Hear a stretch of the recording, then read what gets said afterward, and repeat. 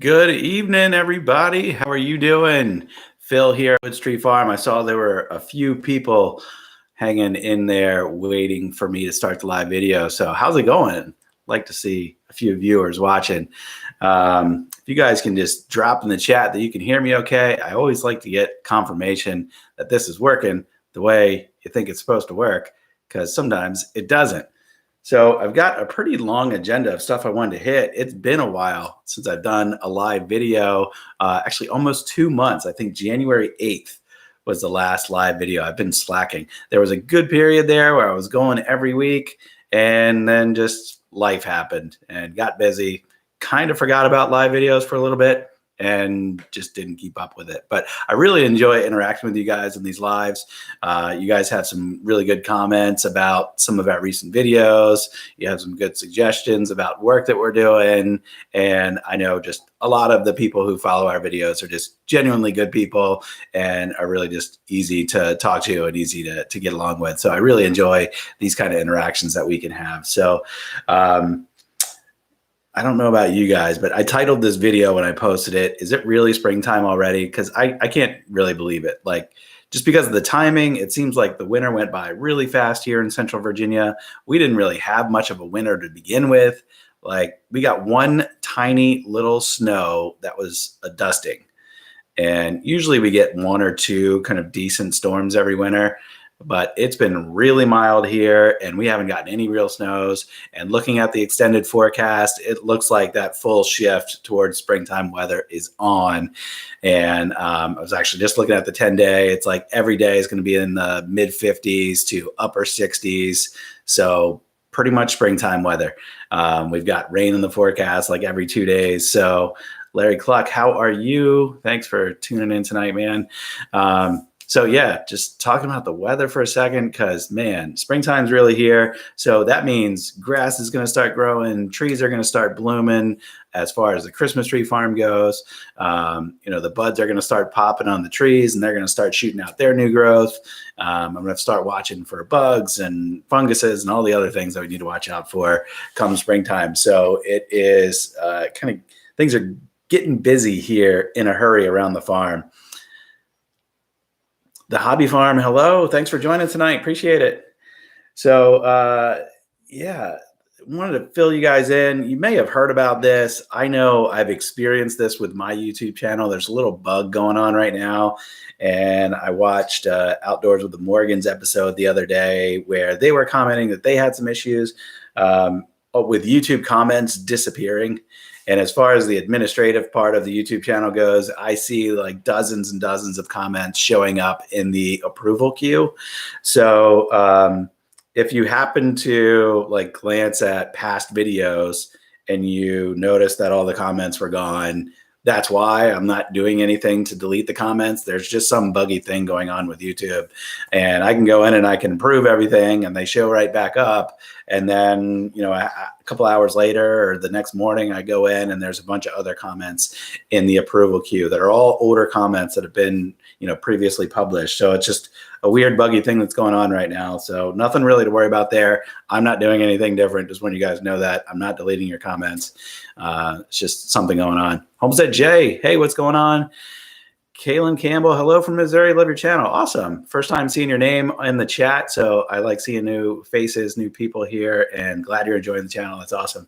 So I was just telling kind of when I started this, I know some of you guys just joined.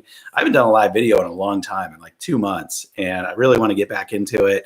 And I was on a weekly schedule for a little while, and then that kind of got to be a little bit too much to keep up with life going on. But I really do enjoy doing these live videos with you guys and really enjoy your interactions in the chat. So I keep looking off to the side because I've got a little list of things that I wanted to make sure I talked about. And next up for us is a couple things. Planting Christmas trees is definitely on the horizon. We have an order for, what are we getting? 600 trees that are going to be shipped, I believe, on the 16th of March. So we'll get them around the 18th or 19th, and we plan on having our planting party on the 21st. So that's kind of what we advertise it as to our friends and family and other people. Pretty much anybody that wants to come in and lay a hand in planting some trees, we'll take that help, and we make an event out of it.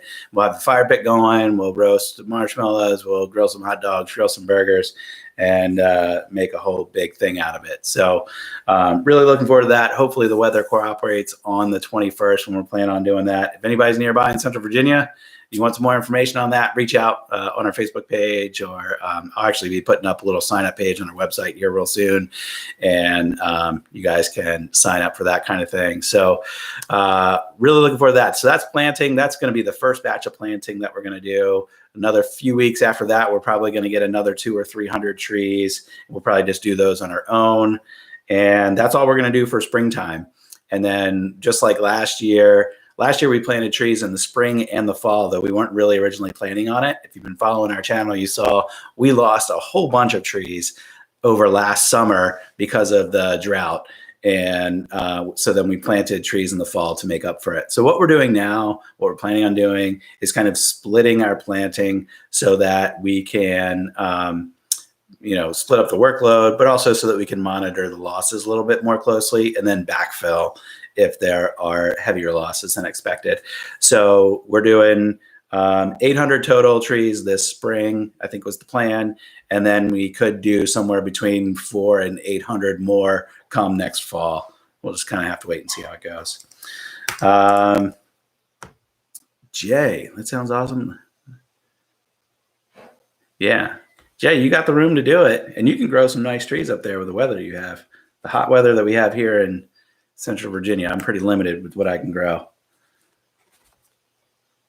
But really enjoy watching your journey. My son and I are talking about starting a small farm.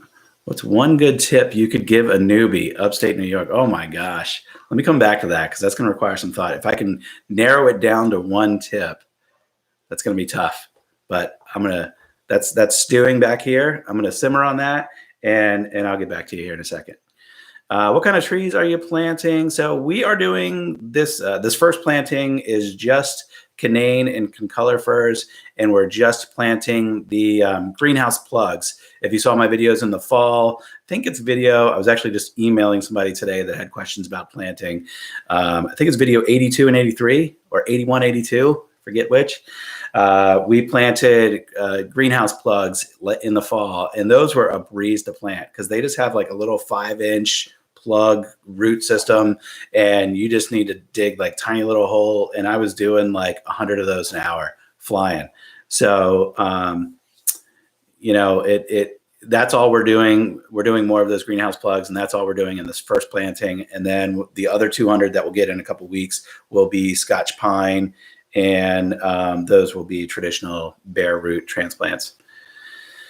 We have a lot of water. Yeah, Jay, you do. Standing water is not so good. So you got to figure out if you have, areas where there's standing water, you're going to have to put the trees up on the high ground because there aren't really any Christmas trees that like wet roots. But anyway, figure that out. You might have noticed, got a new sweatshirt going on.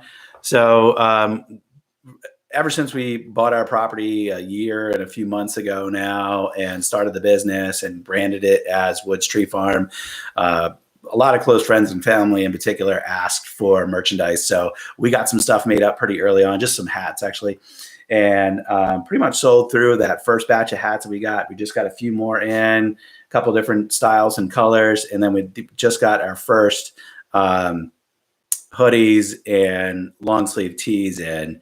So really pleased with the way they turned out. And if anybody out there is interested in getting this stuff, it's all for sale on our website. The hoodies and tees are actually drop shipped directly from the printer. So you can order those anytime. There's really no inventory concerns. And they'll obviously ship it straight from the company that makes them straight to your door. So that kind of stuff, just goes right back into the farm. It's not a huge amount of money, but love to see our hats and our hoodies out there. I've had a few friends post pictures of their hats in different places around the world that they've gone. So that's been cool to see. Back 40 firewood. Yeah. Hey, sorry you're late. No worries. Thanks for joining. Love the threads. Have to check them out. Yeah, appreciate that, Hobby Farm. And you meant for watering, Jay. Of course you did.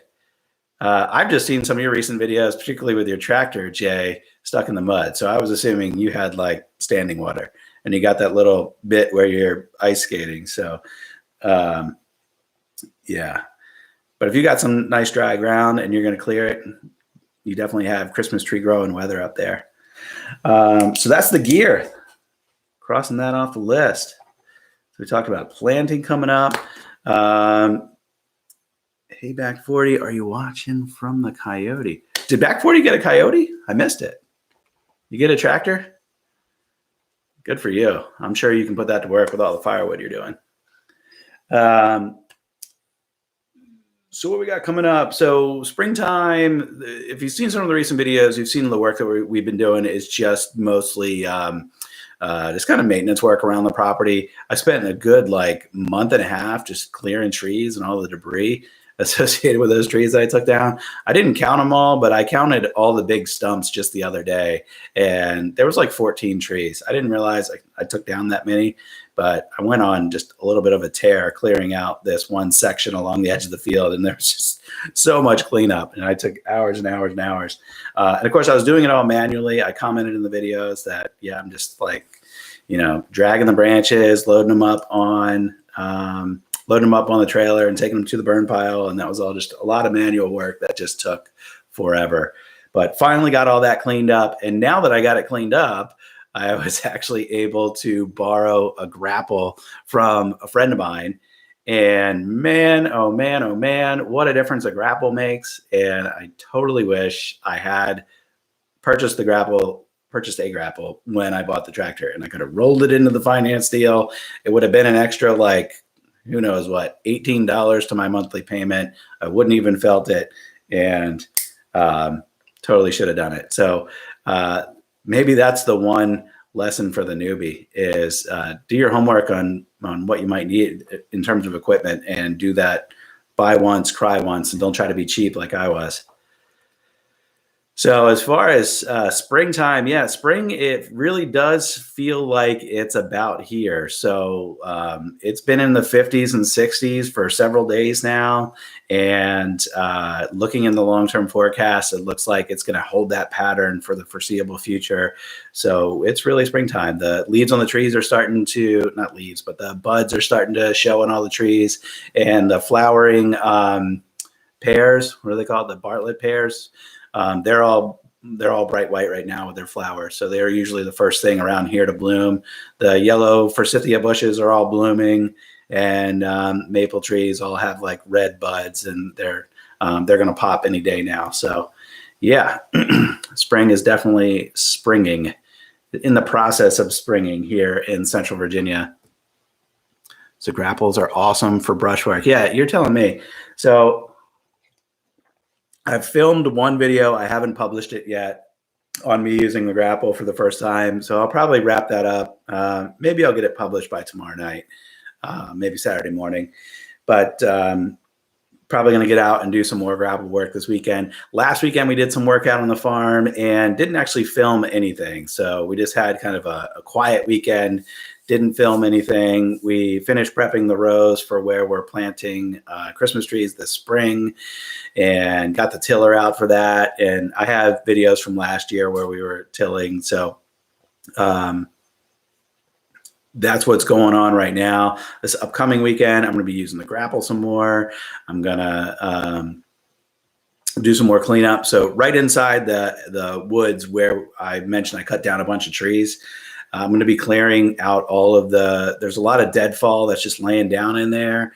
And there's a lot of smaller trees and a little bit of like small holly trees and stuff. I'm going to clear all that out, and that's going to become like a primitive campground area.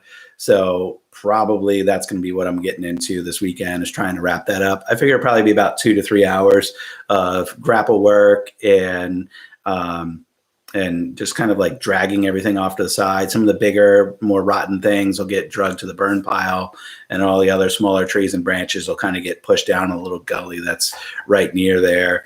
And that'll all get cleared out to make a primitive campsite. So we want to be able to go out there and camp. We want to be able to invite other groups to go out there and camp, like scout groups and other youth groups and that kind of thing. So we want to have like a really nice dedicated place for people to do that. and that's what that spot's going to become. So planning on doing any prunings this year? No pruning this year. I was walking around. If you saw my video published yesterday or the day before where I fertilized trees, I was kind of on the lookout to see if anything looked like it needed pruning, but nothing yet. So most of the time, from what I gather talking to other Christmas tree farmers, they say that it's not really until like year 3 or 4 that you really need to start pruning. So we don't have anything that's too out of control yet, nothing that needs to be shaped yet. So we're going to let it ride. Light snow. Larry, you guys are still getting snow. That's crazy. Yeah, I mentioned right at the top of the video, we haven't gotten one good snow this year, and it's been kind of disappointing because usually we get at least one good snow where schools are closed for a day or two and kids can go sledding. I'll go sledding, and it's just kind of a nice, winter fun, which we don't really get much of that here in Central Virginia. So, to not get any storms like that this year was something that I feel like was really missing. But seems like we're really out of that now. Brian's Lowe's Hills. Hopefully I said that right. Hello, welcome. Thanks for joining. So what else we got going on? So I talked about what we got coming up this weekend. And then looking beyond the planting season, which that'll be like, 2 weekends worth of work to get 800 trees in the ground. Depending on how much extra help we have, we might actually bang out those first 600 in just one afternoon. But after that, I've got a few weeks to kind of finish prepping the property for Springfest. So last year we did a Springfest, the first one ever on our property, and people seemed to really enjoy it. So we're going to do it again with the same timing. It's the last weekend in April. So I have, another 5 weeks or so to get ready for that. Fortunately, there's not too much really to get ready. Most everything that we developed or built last year, we're going to be able to reuse for Springfest again this year. We're trying to think of a couple new things to add to the event, but what that'll include, basically, it's a family-friendly event. We're going to do hay rides. We'll have a little concession stand set up. We're inviting some local vendors, which that'll actually be an addition compared to what we did last year. We did a fall fest last year where we had a couple vendors, but we didn't have any in the spring. So we'll have some vendors out there. There'll be some games. We have a playhouse for kids that's already out there. I've got tetherball. We've got a balance beam. We'll have cornhole and ring toss and a big bubble blowing station. That's actually been, of everything that we've done out there for kids, the bubble blowing station is the biggest hit by far. We go through gallons and gallons and gallons of bubbles every time we do one of these events. So really looking forward to that. And then, like I said, trying to think about one new element to add. Oh, we've got a nature trail as well. So it's a little like 10, 12-minute walk through the woods that goes basically from, if you're familiar with kind of layout of our property, just on the other side of the dam where kind of our Christmas tree field starts, it goes into the woods there off to the left, snakes along the creek through the woods, and then comes out the back corner right next to where I chopped down all those trees recently. So that's a nice little loop. We thought we would extend our trail system this winter. We just didn't get around to it. I don't know if we'll do any trail building here in the next few weeks. Might try to, maybe while I have the grapple, it makes sense. We'll just kind of have to see how it goes. That all sounds cool for the kids. Yeah, so it's a great time. It's really a family focused event. So we just want to get people out there. I mean, we live in the suburbs. We live in a suburb of Richmond, Virginia, which is pretty, not a major metro area, but it's very suburban. This whole area is very suburban.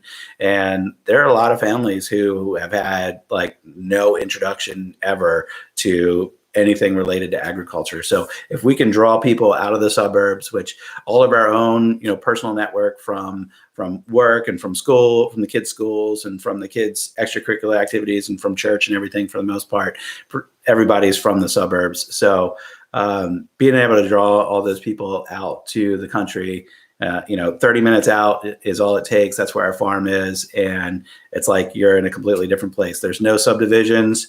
There's very few conveniences like, gas stations and shopping and all that kind of stuff. So We really like getting people out there. It's quiet. There's no noise of traffic, and there's space for kids to run around. Nobody's going to yell at them for being too loud. And, we just want people to get out and experience that kind of thing. So, so really looking forward to doing that Spring Fest. And then beyond that, it's kind of a big, I don't know right now. So a little bit of news about me. I actually gave notice to quit my job 2 weeks ago, and I'll be fulfilling another week and a half in that role. And I don't have anything else lined up, though I am planning on starting something on my own. But what that means is that I should have a lot more flexibility in my schedule, might be able to do a little bit more work out at the farm, might be able to produce a few more videos. We'll see what happens. We're also looking at expanding our youth program that we do out of the farm. So last year, we only had one group ever come out, but we didn't advertise it really heavily. But we want to offer educational opportunities out on our farm. So we could have, daycare groups come out, or early childhood education, or elementary schools, whatever, come out and just learn about the farm, learn about the process, life cycle of a Christmas tree. The fact that our farm is in the Chesapeake Bay watershed, I think is really interesting. And our pond and the pond overflow and where it goes in the woods drains into the Appomattox River, and that eventually drains into the Chesapeake Bay. So, stuff like that I think is really cool, and we could really build out that program a lot more. So with a little bit more flexibility in my schedule, we'll probably look at expanding into that kind of stuff. So Chris Musselwhite just asked, my wife and I have enjoyed watching your journey. Thanks. It's been a journey. It's still a journey. It's going. Of the Christmas tree varieties you've planted so far, are there any that are doing better than others? Any varieties you wish you hadn't planted? So last year was really rough with a drought. We went from I forget the exact timing, but I feel like it was probably from early July into October. We got very little rain at all. It was very unusual for Central Virginia to get that kind of drought. And we lost a lot of trees because we didn't keep up with the watering. And by the time we noticed trees really needed water, it was too late. So to get to your question, which trees did really well in the crappy drought conditions we had last year? Those were Norway spruce. We lost less than 5% of the spruce. And the ones that I fertilized in the last video, most of those that were standing 2 feet tall or better were all spruces. I have some of the Scotch pines, probably about a third of the Scotch pines survived the drought, and less than 10%, maybe even less than 5% of our firs survived the drought. So if you're going to have really hot, really dry weather, firs are not going to be it. And they're not native to this area anyway, so we knew it was kind of a stretch to try those. But we're going to keep trying to do more of those because we know people really like them as Christmas trees. But, it's that's what we're dealing with. Unfortunately, the Norway spruces, we know they also drop a lot of needles, and they're not as desirable as Christmas trees for that reason. So I'm hoping we can get something else to do really well. And I'm hoping we can get something else besides pine, because I know they're not quite as desirable either. So we'll just kind of have to wait and see. But I'm sure it varies every different, region and climate. So I would ask that same question if you're interested in growing trees to a Christmas tree farm that's near you, so you can really get a sense for what they've done in whatever area you're in. I did the same here. I mean, most Christmas tree farms that are still growing their own trees here in Central Virginia are more heavily focused on doing pines, and that's just because they'll pretty much grow anywhere. And I'm really hoping, though, that we can figure out some kind of fir, and maybe some other kinds of spruces. I might look at doing some blue spruce. We actually sold on our tree lot last year some pre-cut blue spruce, and some people really like those. So if I could get those to grow, I'd be interested in that. But we haven't ordered any of those yet for this year, so I have to wait and see. So any varieties we wish you hadn't planted? I mean, really no regrets. I'm going to keep trying the firs. I know I mentioned I lost a lot of those, but I can't say I have any regrets. We're going to try a lot more firs this year and see how they do. And if we have another really, really bad year, I might shift plans.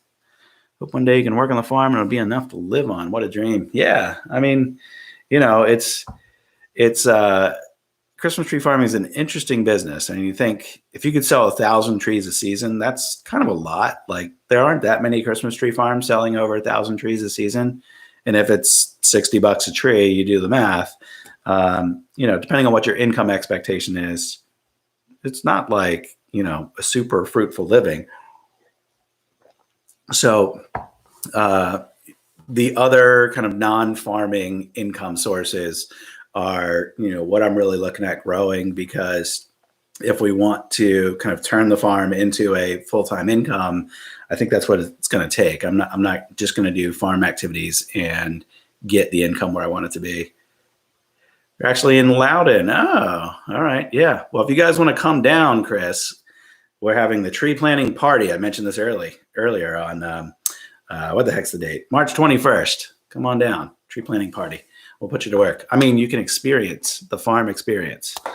And then the 25th is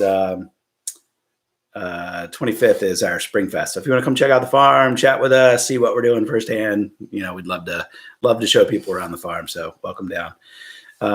And my wife just joined. Chris, you guys should do it. There's several farms near Warrenton. Yeah, actually, last year we attended a new Christmas tree growers workshop up. I guess was it in Warrenton? I think it was. It was up that way, and that family was super nice, super knowledgeable, and they had actually a really big farm. I think it was like 175 acres, and they were doing like 3,000 trees a year. So they really had kind of all the systems and processes down for getting volume of people through the farm. So if you're interested in learning more, there's plenty of resources in Virginia. The Christmas Tree Growers Association is pretty cool. And Christmas tree farmers in general are all pretty nice and pretty open and like talking about the business and about their own farms. So, find somebody near you and pick their brain. Ever plan on making farm home or building a home? Not in the short term. Stacy's here in the chat. Yeah, I know. She's in the other room, didn't want to do the live. And I didn't really plan this well ahead of time. It was like 8:15. I was like, I think I'm gonna do a live tonight. And she didn't have enough time to prepare mentally for that. So what was I gonna share? Oh, the home question. Kaylin Campbell. So we live, I mentioned this, about 30 minutes away from the farm. And we like where we live partially because it's in the suburbs and it's got all the conveniences of living in the suburbs, but also because the schools here are really awesome. And our kids are, going to school here. They've got their friends here. They're in extracurricular programs here. And we don't want to move out to the next county where the schools aren't as good. So that'll be a thing that maybe we'll explore after the kids are done with school, which they're both still really young. So we've got at least 12, 13 years before we get into that, which I'm sure will be here before we know it. But right now, that seems like a really far time off in the distance. Homestead Jay, you've only done one live chat. I know, man. You need to get on with it. And I know your schedule is tough. It's hard for you to do it, but they're fun. The hardest part about doing a live video, and I know there's a couple other channels that are in here watching, the hardest part is just starting when there's like 0 people watching or 1 or 2 people watching, because it's kind of like, hi, I'm talking to one person, and you don't really know what to say. But anyway, you get over that awkwardness pretty quick. Kids were up and down. Oh, yeah, Stacy hurt her arm too, so made her move too much mulch. And she hurt herself. So with her bum arm, she didn't want to be in the video. But anyway, and Stacey said too many moves already. We did have a period where we moved every year or two, and we kind of wanted to sit still for a little while. That's the other reason we're not moving. We're not moving anytime soon. So let me see. Did I miss anything? If I missed anything in the chat, because I know some things were moving along here and I didn't read every single comment. Yeah, Jay, I know you work afternoons and nights, so getting to the live videos this time of day is tough. There's a few other farm channels I've seen, though, that do live videos during the day. I don't know how well attended they are, but you might give it a shot. I mean, you've got enough audience. You could probably make it work. So what was one thing I was going to kind of ask the community here? So our pond, if you've seen on our videos, our pond is kind of right in the middle of our property. And when we bought our property, I know I mentioned this all the time in our videos, the property was really neglected and no one was really keeping up with it for a while. And all the shrubs and trees and stuff around the pond, grew up, and to the point where when we first bought the property, you could hardly see the pond. And I've managed to clear a lot of that out, I think, pretty well. But it seems like the edge of the pond probably needs some maintenance. Like there's some areas where there's just like a lot of grasses. There's some areas where it's not deep enough. Like it kind of goes gradually into the water. And I think there should be more of like a hard edge where the shore meets the pond. Where the shore meets the pond, from what I read, it should be like at least a foot or two deep right there on the edge, and it shouldn't just be like a gradual entry like you're at the beach. So my questions for you guys are: what's your experience with cleaning up, and what's the word I'm looking for? Kind of dredging along the mud off of pond edges, and what do you think's involved with that? And if you have any experience doing any of that kind of stuff, what's it cost? Because I haven't looked into that at all, and I really do want to make the pond's already a real focal point, because all of the activities when we do farm events are on one side of the pond, the trees are all on the other side of the pond. So I want to really build on that and make it an even better and even stronger focal point. And I know cleaning it up cosmetically is going to be part of that. So, it's something I want to look into. If you guys have any experience in that, I'd really like to kind of hear what you have to say and what your experience with that has been. One thing I was considering, it would be a lot of work. It's a little outside of my comfort zone because I've never done it, but I could definitely rent a mini excavator and try to go at it myself. I don't really know what I'm doing, and maybe that's the way to go about it, and it's particularly if I'm trying to keep the cost down. But like I said, kind of interested in hearing what you guys think, and those of you that have seen my videos and have seen what the pond looks like, maybe you can have some more specific commentary on what you think I should be doing, and maybe that should be a video in itself. I should just do a little pond overview and get some feedback and thoughts, because I do know the comments and the feedback that I get on the videos, and in particular, there's a handful of other Christmas tree growers that routinely comment on my videos, and I mean that insight is just so helpful, and I really have learned a lot, and I do enjoy hearing what you guys have to say and what your experiences are. So I'm all ears, even if it's critical. Like Homestead Jay busted on me the other day for the way I was swinging the axe when I was splitting the firewood. And I'm just kidding, Jay. He didn't really bust on me. You need an excavator, obviously. Can you get a big piece of equipment? Yeah, I probably could. What was I saying? So the excavator, there's actually, it couldn't be, I could probably get a full-size excavator in there, right in the main entrance of my property. There's gravel drive all the way in, pretty much down to the pond. So that definitely could happen. I was thinking the mini excavator, just because I know there's a company locally that rents them, and they'll actually deliver it for me. I don't have to go get it. And I think the rates were pretty affordable. I could rent it for a week for like $1,100 or something. So I could get a lot of work done in a week.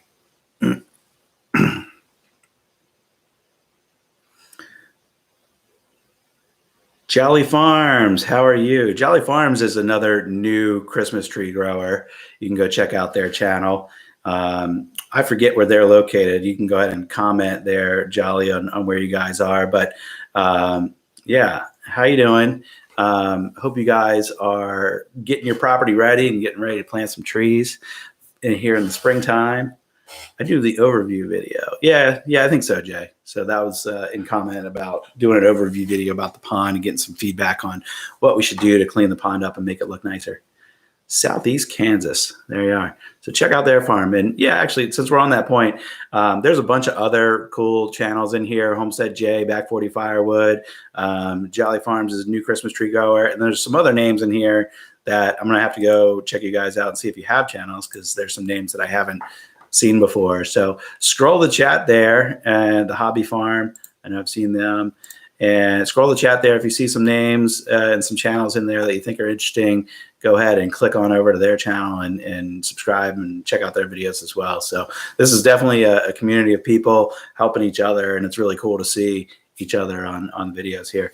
So I have exhausted the list of things I wanted to cover in this YouTube live. We're at the 35-minute mark, and I don't want to drag this on any longer than I have to, but I am open to answering any other questions that you guys might have. I know there was the question earlier about if there was the one thing, and I said don't cheap out on the equipment was one of the things. But beyond that, I think if someone else is looking to start a Christmas tree farm or grow a bunch of Christmas trees in general, the only other thing I would consider is just put a lot of thought into how you're laying out your farm.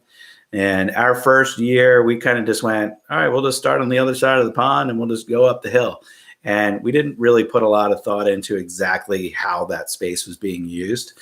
And so what ended up happening as a result of that is that we have a really unusual shaped block of trees for our first year of planting. And I would have much rather, now that I'm kind of looking and planning ahead for future years, I would have much rather had a more clearly defined block that, was kind of nice and neat. So now I have this unusual shaped block that I kind of need in future years. We'll need to kind of do rows of trees around this unusual shape.